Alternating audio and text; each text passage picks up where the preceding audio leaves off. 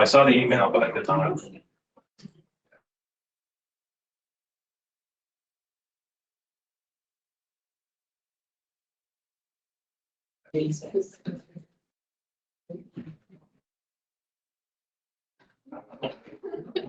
Okay, you can call the meeting to order. And is there anything emergent to add, Sean? Okay. That we adopted that. James. So, all in favor? Opposed? Carried. And then accounts payable. Larry? Any questions or concerns? Matt? EFT 7341 City Mass Mat Event Center contribution. How many more do we have? This is the last year. This is it. Yeah, I thought last year. Is this the last one or one more? This is the last one. Oh, this is it. Yeah. I didn't count it. You're running out of fingers. Yeah, well, he's out of fingers. It is the last one. Yeah. It's gonna spur more anyways in the future, are they not? Really? Yeah. Any other questions? Seeing none, all in favor, receiving information, opposed, is carried. And then we move on to item 2, and it's delegations, and Staff Sergeant Courty is here to do a quarterly RCMP report. Yeah, I've never had an audience either, so it's a little nervous. No. So yeah, this quarterly report, it's from the first quarter of this year, so April until June, the end of June.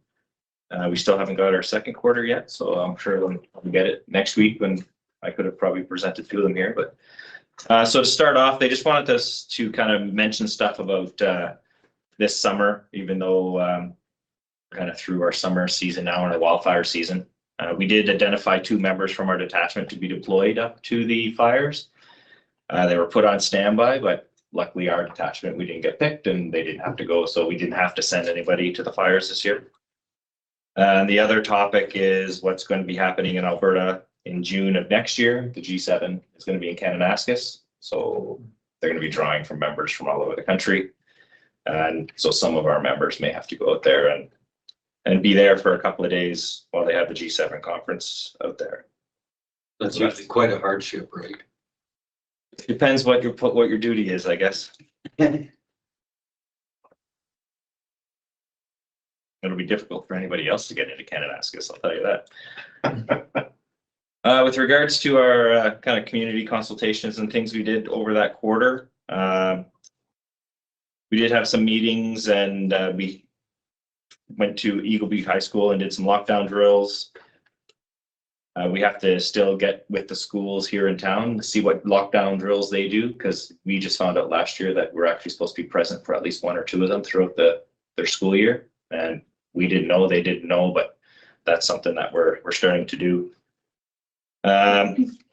We did do a couple presentations out at Eagle Butte High School. We're still trying to figure out what kind of presentations and stuff we can do here locally in the elementary schools, since none of our local officers are trained in DARE, but one out in the county is, and I'm kind of trying to get them to be able to do it here, at least to the grade 6s in school here. So we're trying to develop some more topics to go talk to the schools about, but we just don't have a program like DARE in place right yet. So that's hopefully coming. And obviously this is going back to the end of June when school was just getting out. We did a few school tours at our detachment with the kids and made up some goodie bags for them. With regards to our, our priorities, rural crime prevention. So during the first quarter, we continued to perform curfew checks and condition checks on those bound by curfews and various conditions. In all instances, those bound by the curfew during that time, the ones that we checked were all in compliance, so that was good. We also continued to liaise with our Southern Alberta District Crime Reduction Unit and our analysts, as well as analysts with the Medicine Hat Police Service to identify other prolific offenders. Increase in property crimes early on in the summer, And with their help and we were able to identify a few people and get them into custody and place some charges. With regards to traffic enforcement, during that quarter, there was a total of 71 violations tickets issued, 19 warnings, 30 for speeding, 2 were for drive while unauthorized, 1 was for distracted driving, 1 seatbelt, and a number of other moving and non-moving violations. This area continues to be a struggle for us and the local traffic unit, considering out of 7 members, there's still only 2 members in that traffic unit. And for us, during that quarter, we were still short by 4 members. So that's, we're working through that. For presence in the rural and communities, as well as road safety, we continue to try to have a strong presence out in the county as well as in town. We did do a project earlier in the summer. It was Lock It or Lose It, where we kind of handed out pamphlets on cars. If we found them that they were unlocked, then we would put a pamphlet on it and tell them kind of what they should lock their cars and the reasons why. And if we found that they were locked, then they had a chance to get, I think it was a little gift certificate for UFA, something at UFA. So we partnered up with them. Surprisingly, from the feedback I got, a lot of the people that they left the little tokens on their windshield, a lot of people didn't follow up. So many of the UFA tickets were given out. They must have just saw it, maybe put it in their glove box and forgot about it. So we'll keep going with stuff like that, because one of our biggest things is theft from motor vehicles, and 99% they're all unlocked. So people are just going in and grabbing. You see a lot of videos on Facebook of people going around checking. You check the door handles, and if they're usually 3 in the locked, they morning. move on. But if they check them and they're open, they're going in. So also, this was at the end of the school year last year, and we have other stuff planned this year. But we did get out to Eagle Butte High School, and we did some presentations on cyberbullying, impaired driving, and distracted driving. We're going to try to develop some other programs that might be more appropriate for the elementary schools, and try to get into the schools and do some of those presentations as well. To go over some of the statistics, the percentages look bad, but when I get into the numbers themselves, they're not as bad as the percentages. So we had a 12% increase in assault investigations over that quarter. And it ended up being an 111% increase over the last 5 years. When I look at the actual assault cases, it went from last year to this year was 17 to 19, so it's just 2 extra, so it makes it look more. And then over the years, so in the 5-year span, it went from 9, 7, 11, 17, 19. So that kind of the increase where it shows a 200% increase or a 111% increase over the 5 years. So we also had a 200% increase in theft of motor vehicles, and this is within Redcliff. But the theft of motor vehicles went from 3 in 2023 to 9 in 2024. So that the numbers are there, but percentages are way higher. Makes it look a little bit more. And many of these were vehicles that were left with the keys in the ignition or unlocked or things like that. We had a 300% increase in possession of stolen property. 300% increase in possession of stolen property. I guess this is kind of good and bad. It means that we're out there catching the people and we're recovering the property. But the fact that they're out there stealing it in the first place is kind of a bad thing. So other things, we had an 83% increase in mischief, of other types of mischief. And it went from 2023, we had 6, and it went to 11 different calls through that quarter. And most of those were kind of noise complaints that we classify as a mischief. We also had a 200% increase in municipal traffic bylaw calls, and a 157% increase in other kind of bylaw enforcement related calls, and a 400% increase in false alarms or abandoned 911 calls. So those things are kind of taking up our time when it's also a little bit of a waste of our time.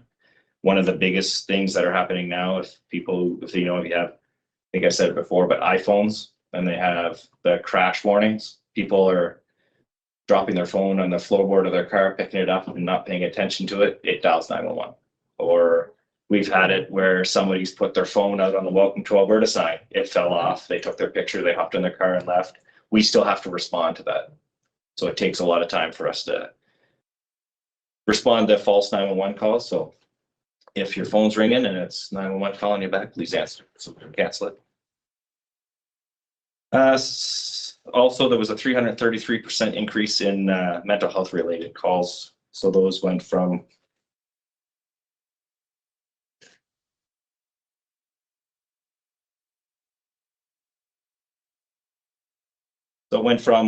in 2023, we had 6 calls in that quarter to 2024, where we had 26 calls for that. So things are on the rise when it comes to mental health calls, and a lot of them sometimes we're transporting to the hospital and sometimes we're just referring to local resources, but that is something that is taking up quite a bit of our time and calls right now.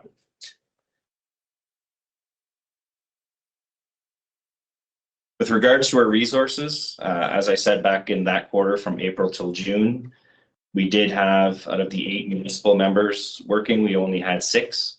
We had 2 off on special leave. 1 was on parental leave throughout this whole summer, and 1 was on a medical leave. So working through that was a little bit difficult all summer, because we also had 2 vacancies on the provincial side as well. So it created 5 vacancies out of our total detachment of 15 members. So a third of our force wasn't working. One good thing is, starting this mid-December, we have 1 member that's transferring in from Killam detachment. So there'll be an experienced member that we will get. And they are just trying to, they're on their house hunting trip, trying to find a house down here. So they'll be ready to go by then. And I just got an email last week saying that we are getting a new cadet from Depot in January. So that's going to bring us up by 2 more, and hopefully we can keep going in that trend and get our vacancies filled. With regards to finances, I did go over some of these. We're kind of within the quarters, we're kind of keeping in, for the most part, what was forecasted. I did get the report up year to date, up until now, this week actually. And in most areas, we're actually below what was forecasted. So we're saving money, I guess. There's some areas that are up and some are down, but overall, for the municipal side, we're down, as well as the provincial side for spending. So that's a good thing. Have we got on the list yet for body cams? We're supposed to be getting them, but we haven't been You guys have notified all yet. your tasers now, right? We have all the tasers, all the new ones, but the body cameras, the only people that still have them in this province are the test. You can test them. Yeah. We do not have them yet. We don't even have the equipment at the detachment yet for the download, so I'm sure that'll come first. Then we'll get the equipment, but they haven't let us know exactly when we're supposed to get those. I'm sure they're in the same box as our new pistols and our everything else. So. But that's all I have for this, unless anybody has any questions or needs any further clarification on any of that. Thanks, Michael. Does anybody have any questions they would like to ask? Seeing none, somebody like to move it for information? Matt? All in favor? Opposed? That is carried. Thank you. Thank you very much, sir. Thank you. Okay. And the next delegation is the Redcliff Public Library for the 2025 budget. Sorry here. I think. Alrighty. Good evening, Honorable Mayor, councillors, ladies and gentlemen. My name is Robin Orthner. I am a single mom of a wonderful 10-year-old son. I work full-time in the agricultural industry, supporting the next generation of farmers and ranchers in Southern Alberta. I am a resident and taxpayer of this great community of Redcliff for over 6 years, and I was raised with the value of volunteering for your community. And as such, I currently volunteer as the Secretary Treasurer for both I.F. Cox School Council as well as the Margaret Wooding School Council.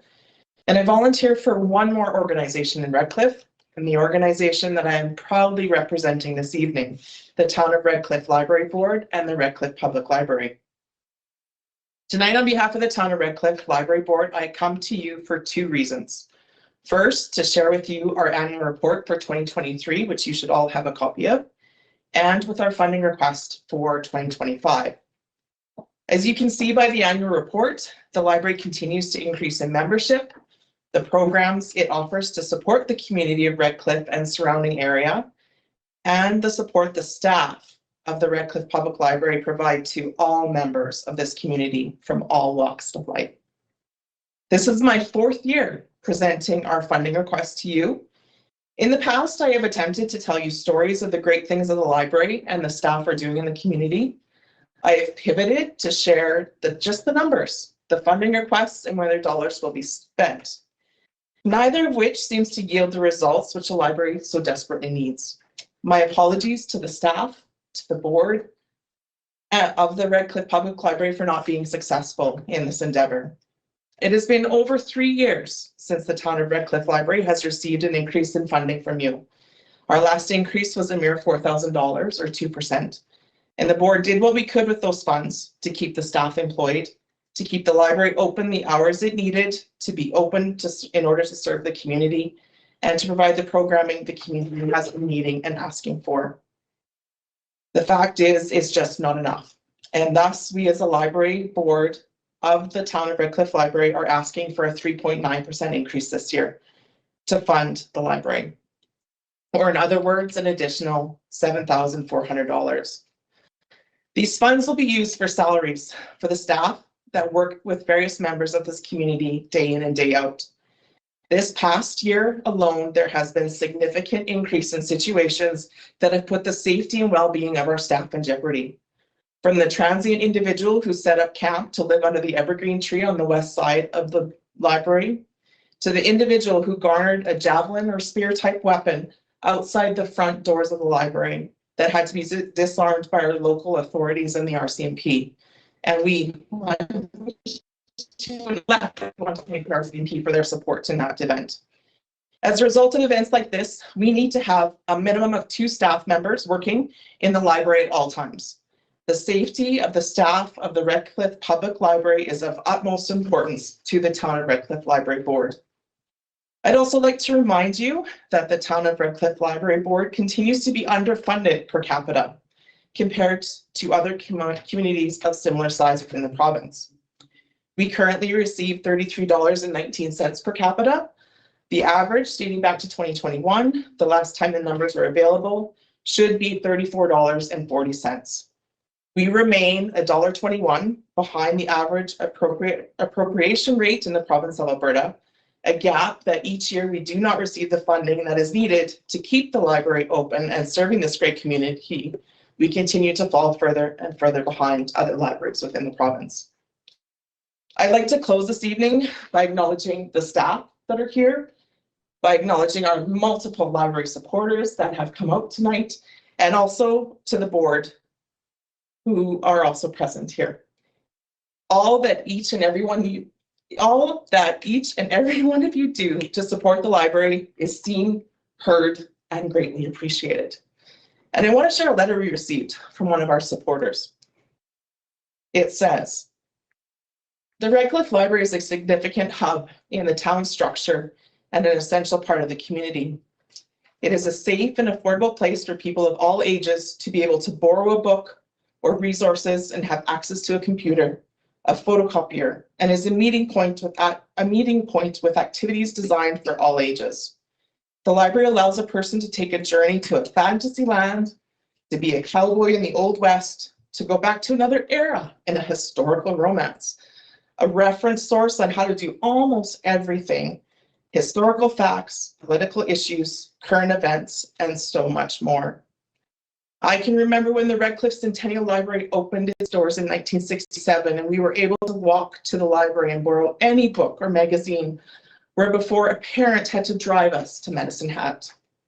Over the years, the Redcliff Library has grown to be more than a library, but is a focal point for families within the community. The library is open for use by all ages in the community. There's always a qualified and respectful person to help you with their services.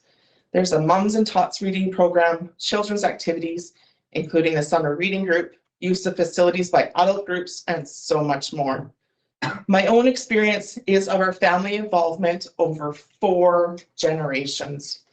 My mother was an avid reader and used the library up to her passing at the age of 94. The library offered her the use of newspapers and magazines, large print books, books on cassettes, movies, and puzzles, all for the price of a library card. These were items she could not afford to buy, but were essential to keep her mind active and current. I have always used the library, and on retirement, I was able to take my great nephews to select a book to take home for bedtime reading with their parents. They learned the responsibility of borrowing and how it must be returned in the same shape you received it, and in a timely manner. In today's world, where the prices continue to rise significantly, it is more and more important that towns and municipalities continue to provide updated financial support to libraries, so they in turn can provide community learning facilities for all groups. And that is from one of our very honorable patrons, Sharon Curvan. And I just want to remind you all have free access to the library as you receive complimentary cards that allow you to check out whatever books, magazines, movies, puzzles, and free courses online, should you prefer. Thank you for your time, and I'm open to any questions you might have in regards to our budget requests.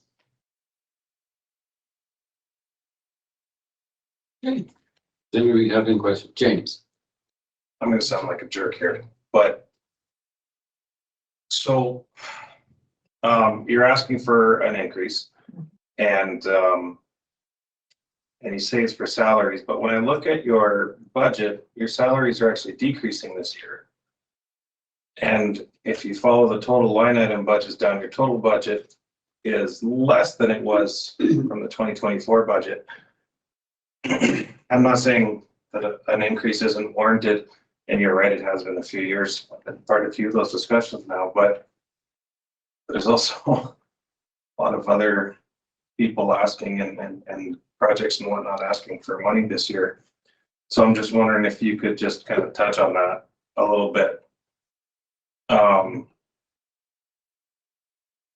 Because like I said, looking at your numbers here, it looks like you guys are budgeting to pay less next year in salaries. Right, so with the salaries line in particular, what has happened over the past year from the last budget ask that we had is there's been a bit of a changeover in salaries, in staffing, and we've hired a number of new individuals who, when they do sign in too, because we are still part of the union, that that initial stepping grounds for salaries. So that's where you're seeing that difference. Where on the last budget, we had a lot more experienced staff, and thus we had to pay more for that staff, which was the larger amount back from the previous year.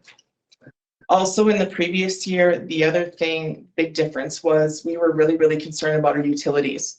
So I think our utilities that we budget for this year are almost half of what we had budgeted last year. Couple grand lower. Yeah, because we weren't sure where the city was going on the utility charges for last year. We were really concerned that was going to be a huge expense for us. And we penny pinched as a board. We did what we could to, while still making the library operable. Yeah. Yeah. Unfortunately, we're in the same boat. Yeah, fair enough. Any other questions? So I guess I have one, Robin, and it's a specific line, and it's called contingencies. And historically, if I go back, and you gave us lots of years to look at,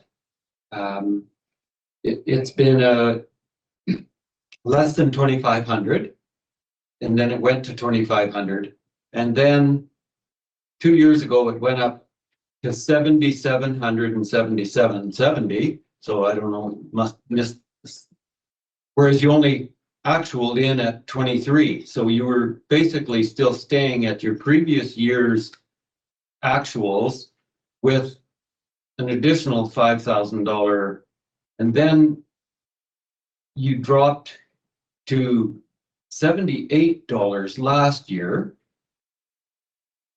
But to September, you're up to $17.51. So again, 3/4 through the year, you could be at $2,400 by the end of the year. But this year you brought it back up to almost $7,300 again. So that seems to be a line that, in my opinion, has been staying pretty flat at $2,500.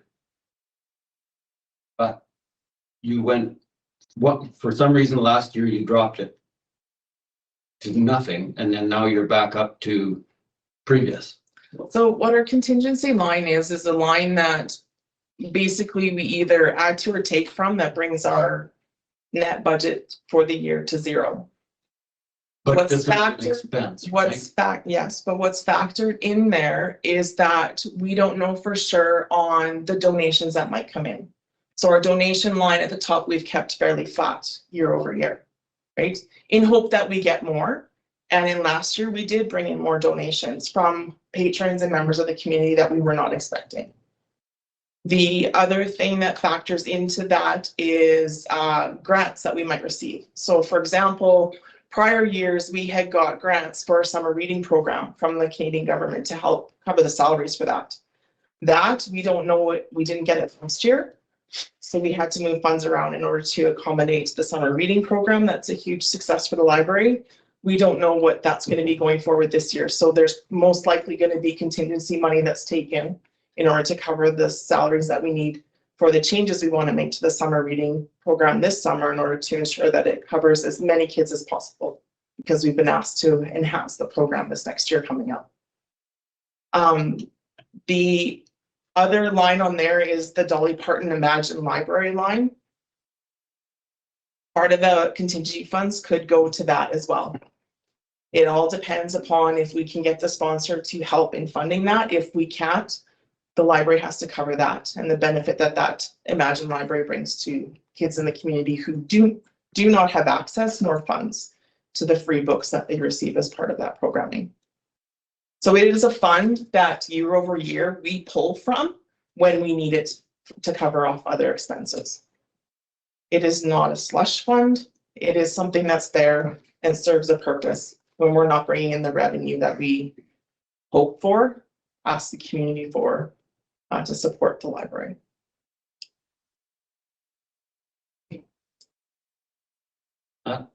Just to refresh my memory, what is the Dolly Parton Imagination Library?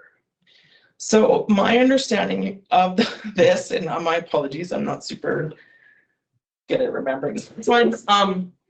What it is it allows us as part of that foundation to provide free books to at least 12 kids in the community. And these are brand new free books that they receive on a regular basis. And I do believe it's all kids under the age of, I want to say 5, but I don't know if that's 100% sure. And I think you guys are the only one in the region that have it. Correct. Because they have to apply as a local library to get it. And we get funding to help buy those books. It's just a name. There's no money that comes with that name. We have to raise the money to be part of it. So I'm struggling, I guess. Okay, I actually thought there was funds that came along with that. There could be, as far as I know, we have to raise a good portion of the funds in order to cover that. Okay.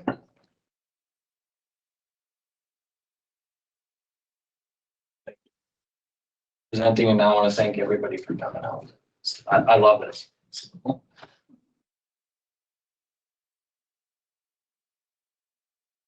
Thank you. Okay, thank you, Rob. I got a question before you go away. Does the library have any unrestricted reserves in its bank accounts right now? Unrestricted? Yeah, like, do you have any money in the bank account that's not tied up for any future projects? At this point, no. No, it's all assigned, whether it's for tech increases, whether it's for equipment, other equipment, shelving for the library. It's always designated for something that falls under our policies and bylaws, where it all has to be designated for something. So I was just asking, adding on to what the mayor was saying. So your contingency budget line was over, you were on the right page, was over for a few years. So what happens to that money? Where does it get rolled into then? So it gets rolled into our capital funding for future years, for future projects and future replacements of furniture. You label them for future projects right away? Yeah, we have a future capital expenditure that maps out for probably about at least the next 3, if not 5 years, where it will already be ear tagged for those future things, right? So like, for example, the last year we did show a significant loss because we did have funds ear tagged to replace some of those bookshelves. If you've been in the library, we have new bookshelves in the kids area that have greatly improved the space where they're movable. We can move them out. It's better access for the kids to the books that are there.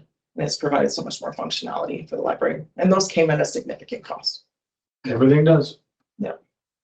And I'm not understanding those last few numbers in this current year, but that could be just me and I'm bad at math, but, yeah, like you show, I mean, in the year to date. yeah, Yeah, so what's missing from that and why it's showing a negative 20,000 is this does not account for the last payment that came from the town in October. Right, in our I think we get quarterly payouts from the town. yes. Yeah. And well, your expenses are nowhere near your budget yet either, but I realize you're only 9 months in. So I just don't understand how you can be showing a negative when you're 51,000, well, say 50,000 less your expenses. And like your income, if you go back up, it's not to nitpick, it's just when you're looking at these numbers, your income right now, you're showing at 191 because you say we hadn't done our fourth quarter payout, right? So you're showing that as negative at September when truly, well, okay, you are, but it's not the end of the year yet. If you look back at your previous years, you've only gone negative once on your previous years. All the rest have been surpluses. And I think that's what Chris was asking is, where does that go to? I mean, the way the library board shows their financial statements, well, technically, you're not really showing financial statements, you're just showing a budget. I know, like, I sit on the Shortgrass Library and our budget and our financial statements are open to the public. The town, it's legislated by law that our financial statements are open to the public. So you can see if we have any money sitting in reserves, if we're over on lines, under on lines, the whole thing. Whereas here, what Chris was, I think, asking too is, do you have surplus funds? And you answered, no, you don't. They're already earmarked for something. So Correct. great. So we don't even know how much that is. Right? So what this is presenting you is just an income statement, right? And all it is a snapshot in time as of the end of September as to where we are on our budget year to date. And then what we've accomplished on years prior. Yeah. Right? Totally. Yeah, Okay. you're basically doing a budget recap Correct. for previous years Correct. and 9 months into this one. Yeah. Correct. Because what I'm here presenting is our budget ask, so you can see our income and expenses for what we're projecting out for next year. Mm-hmm. Absolutely. Right? So on those years in the past, in going back to, I think, 22 and 21, where there were surpluses, those surplus funds were taken and put into our capital reserves for the capital projects that we have going forward, whether it's replacing the chairs in the library, whether it's those new bookshelves we put in, whether it's new technology. We do have to replace the computers coming up here this next year. And there's 3 or 4 of those that need to be fully replaced. It's providing new tablets. It's providing the most recent thing I think we'll probably invest in is that reader that Shortgrass got, where you can scan words and it will read it to you in 3 different languages if you really want. Well, I think Shortgrass was looking at buying some of Right, those, right? right. But as a library, if there's uptake from our patrons, that's other things that we need to be factoring in, potentially pulling on our reserves for items like that to serve. our community. Okay. So this is just an income statement snapshot. This does not include our balance sheet. Does anybody else have any questions? Seeing none, somebody like move the budget Thank you, everyone. request for information? Thank you, Jim. Thanks, Robin. What, And is there any motion to include it to the, or to? budget? To Budget, yeah. I think that's what Jim meant. I'm just clarifying. Of course. Everybody understands what Jim meant? All in favor? Opposed? Carried? Thank you. Okay, thank you. Okay, so moving on to minutes, we have the council minutes of October 15th. For information. Adoption. Right. Right, adoption. Wow. Thank you. No. Does anybody have any questions or concerns? Why you guys, where are you going? We're not done yet. Bye, everybody.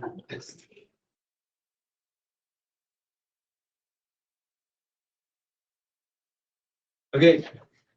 Any errors or omissions? None noted, all in favor? Opposed, that's carried. Then we move on to policies. We have policy number 24, release of information policy for consideration. Copy.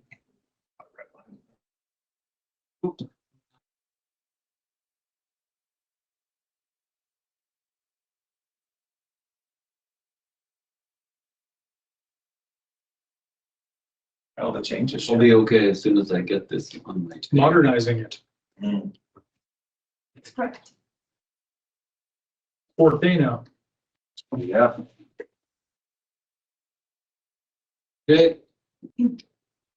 All in favor? Opposed? That's carried. And moving on to other, we have Alberta Recycling Management Authority, extended EPR for information. James.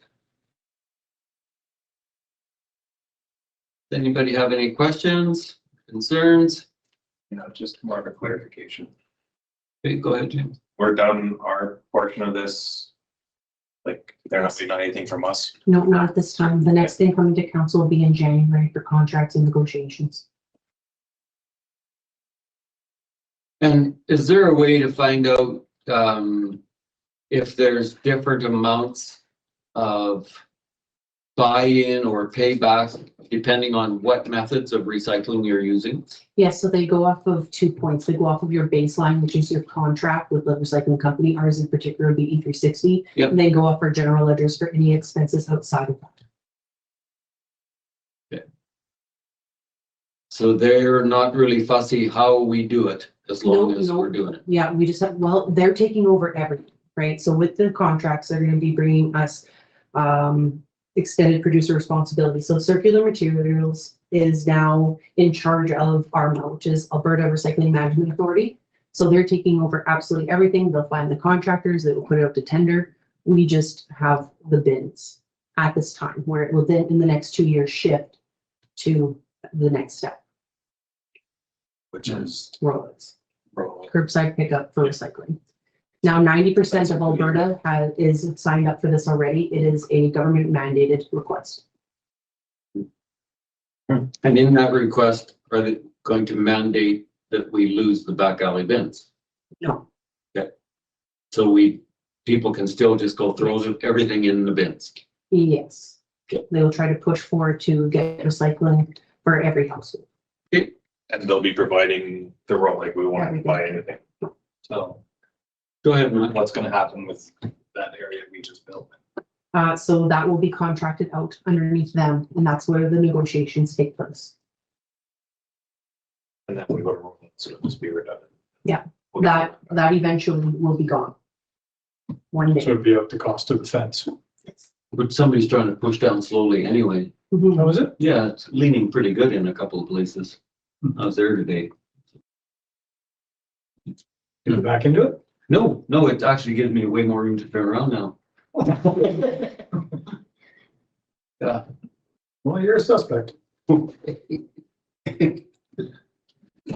Okay, any other questions?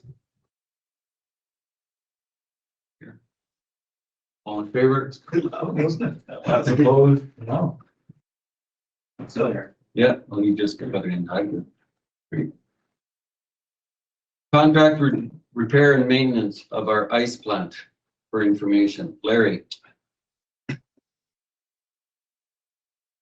Any questions or concerns?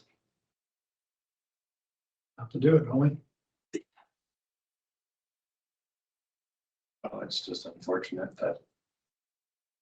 The other plans are moving more forward Yeah. quicker. What's unfortunate is that's not, those condensers aren't old. No, They were replaced a few years ago. Really? Yeah, Yeah, we've got, What's been $10,000 in repairs. yeah. Well, I don't know, there's one big bill. Well, it says condenser repairs total $10,084 right there. Yeah. Is there ever any warranty on those I repairs? have no idea. I don't do them. Oh, okay. Is there any insight on what's causing the deterioration so quickly? It's in the. So each one provided an explanation of what was happening within the condenser itself. Basically, the sprinkler system within it was not functioning properly to cool the coils on the condenser. So the sprinkler mister piping had broken during the winter season, so they got new piping, rebuilt sprinkler line, which is okay. The condenser had scale buildup, but we did have that brine leak as well. I cannot tell you if it came from there, but that was isolated as well. Condenser on the roof, evaporators inside. Yes. Chillers in, condensers under. And if you're spraying water on a aluminum coil, you're gonna get scale buildup. And in the Yes. winter, you gotta run the risk of ice. Yeah, Mhm. pipes freeze. Yes. I don't know. That was their explanation on that. Yeah. So, It's okay. It just, it is unfortunate that those kind of bills come in on something that truly we're trying to eliminate. yes, and we did remove it initially from the 2024 Last operating year, budget. we said no maintenance. Yes. This year, Yes. well, okay. You only need the water on August days. You don't need them on today or. No. Just need some fans.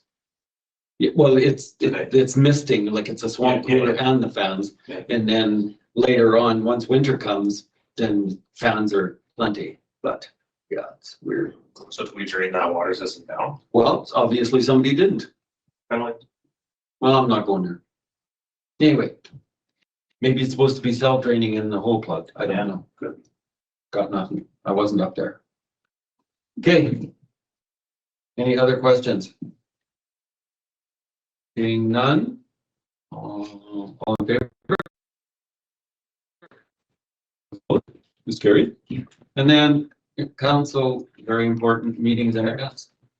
James. No, you just did that. You missed the map. I was gonna jump that wall. Oh, okay. It's like an auction sale, so. Matt, anybody notice anything we're missing? Not missing, just December 9th is a very important council meeting. We have decided. We've decided it's important. Yes, it's very, very important. Everyone. Very important. Very important. Yes. The Christmas season is upon us and it's very important. Will look very regal. We'll look regally. Monarchy. Okay. Well, we've got, His Majesty going. Yes. Okay. Get All in married, favor? send them around the country. Are we taking a recess? Yeah, we better. Yeah. 5 minutes.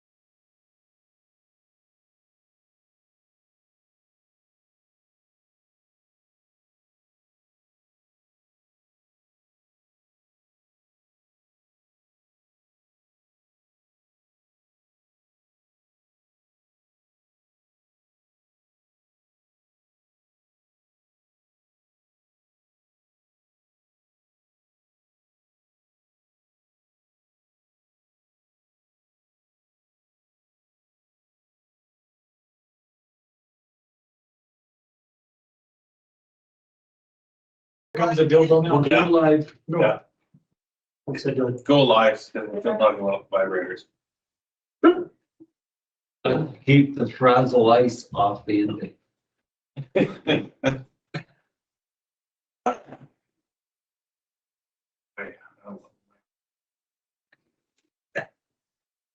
Okay. So, I will make a motion operations matter. that we direct administration to sign the agreement with Live Barn. Oh, I said operations matter. Yeah. Did somebody move this to budget discussion? Is that what you want? There was No, no you said it was in the Okay. operation. All right, Can I just say my Find the motion? letter. all right, Jeez. all right, go to the live run. Okay. That's the operations. Direct administration to sign the agreement with Live Barn at the Redcliff Rectangle Arena. To enter into an agreement. Okay? Everybody clear? All in favor? Opposed? Carried? Good for you.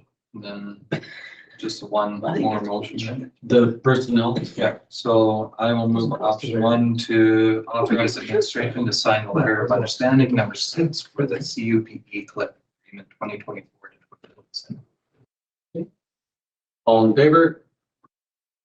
Opposed? That's carried. Shannon has her hand up. Then. 7C, is there a motion? Well, there wasn't. I don't see one. Waive the fee. Oh, yeah. Larry? Motion that we waive the fee for the development and, Boulevard Development Permit.